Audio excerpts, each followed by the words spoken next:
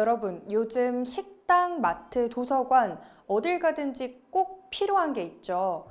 바로 다중이용 시설을 이용하기 위해 필요한 것, 방역 패스인데요. 코로나19로 인해 백신 패스 제도인 방역 패스가 확대 시행되면서 이 방역 패스를 제대로 활용하지 못하고 있는 사람들이 많아지고 있다고 합니다. 디지털 사회가 도래하면서 노년층의 디지털 소외 현상이 날로 심각해지고 있다고 하는데요. 방역 패스는 정부24, 예방접종 도우미 사이트, 쿠브, 카카오 등 온라인에서 발급받거나 보건소에서 증명서를 통해 혹은 주민센터에서 접종 완료 스티커를 통해 발급받을 수 있습니다. 다양한 발급 방법들이 있지만 실제로는 휴대폰의 QR코드를 사용하는 경우가 많죠. 읍면동 주민센터에서 예방접종 스티커를 발급 중이라는 사실 자체를 모르고 있는 사람들이 많다는 게 문제입니다. 또 노년층의 경우에는 방역패스 이용에 어려움을 겪는 분들이 많다는 것도 문제인데요. 방역패스 등록 방법을 몰라서 혼자 어디에도 가시지 못하는 분들도 계시다고 합니다. 또 자녀를 비롯해서 주위 사람들의 도움을 받았다면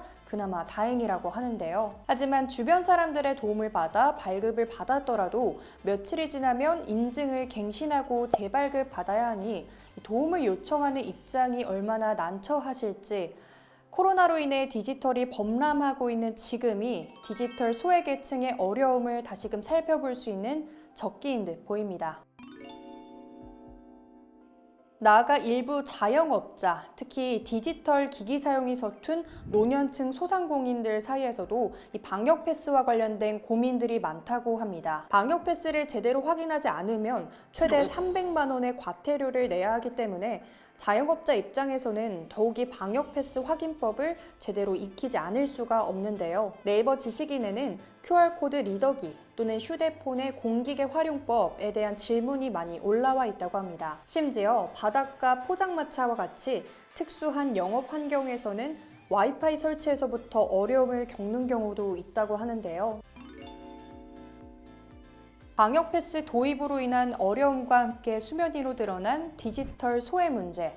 이번에는 구체적인 통계 수치를 통해 그 심각성을 살펴볼까요? 우리나라 고령층의 디지털 정보화 수준은 68.6%로 많이 좋아졌지만 디지털 소외는 늘고 있다고 합니다. 이런 현상에 대해 정부 관계자는 스마트폰 같은 기기 보급이 늘어 접근성은 좋아졌지만 활용이나 역량은 여전히 부족하다고 설명했습니다. 다시 말해 전자기기 보급은 늘어 전화, 메시지, 카카오톡은 적극 사용하게 됐지만 바이러스를 검사하거나 앱을 까는 걸 어려워하는 사람들이 아직 많다는 건데요. 방송통신위원회에 따르면 60대와 70세 이상 고령층의 스마트폰 보유율은 각각 91.7% 그리고 50.8%입니다. 하지만 과학기술정보통신부의 2020년 자료를 살펴보면 70세 이상 노인들 중 40.3%만이 인터넷을 사용하고 있습니다. 즉 10명 중 6명은 인터넷을 잘 사용하지 못하고 있다는 겁니다.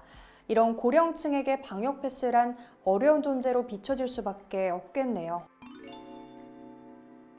사실 이런 디지털 소외 현상은 방역 패스 이전, 키오스크와 관련해서도 계속 논의되어 온 문제입니다. 정부는 지자체와 협업해 전국에 디지털 배움터를 1000개소 만들었다지만 아직 디지털 소외 현상을 해결하기 위해서는 부족한 숫자라는 의견도 있습니다. 정부는 또 조작 시간을 길게 주고 전화번호나 음성 같은 키오스크 도움 요청 방법을 기기에서 알리는 쓰기 편한 키오스크를 만들려고 합니다. 하지만 이 기능들은 국가기관에 있는 것들에만 의무화돼 민간 적용에는 한계가 있다는 게 현실입니다.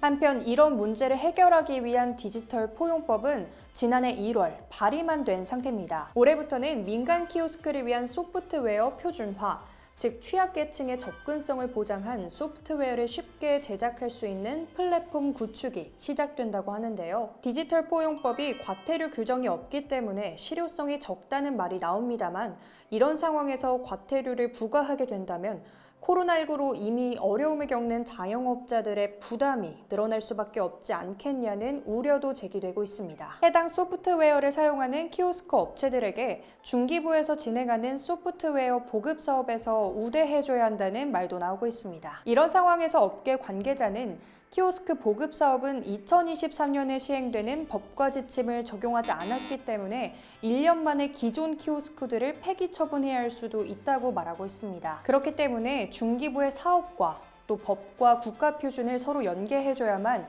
중소 키오스크 제작 업체들이 부담 없이 정부를 따를 수 있을 것이라고 조언했습니다. AI, 사물인터넷, 빅데이터와 같은 기술의 발전은 여러 경제적 가치를 창출하며 삶의 질을 높여주고 있습니다. 하지만 한 번 벌어진 디지털 격차는 사회경제적, 문화적, 정치적 격차로 확대되기 때문에 반복되는 악순환의 고리에 빠지지 않으려면 디지털 포용법이 필요하다라는 말이 있듯이 기술 발전의 혜택을 온전히 누리지 못한 채 살아가는 사람들이 있다는 걸 기억해야 하지 않을까요? 디지털 사회에서 소외되는 계층이 없도록 일상에서 작게 또 크게 일어나고 있는 주변 사람들의 어려움에 귀 기울이는 우리가 돼야겠습니다. 영상 유익하셨다면 구독과 좋아요 그리고 알림 설정까지 부탁드리고요. 지금까지 친절한 ICT의 조하늘이었습니다.